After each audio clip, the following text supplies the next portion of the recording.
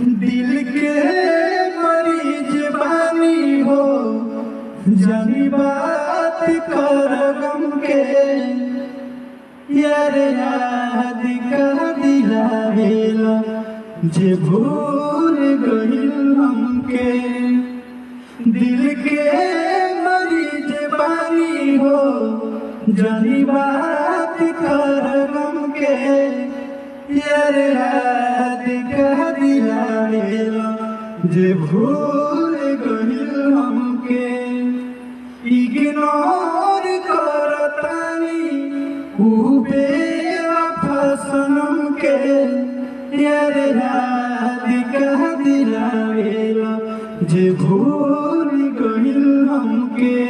यार याद कर दिलावेला जे भूल गइल हमके।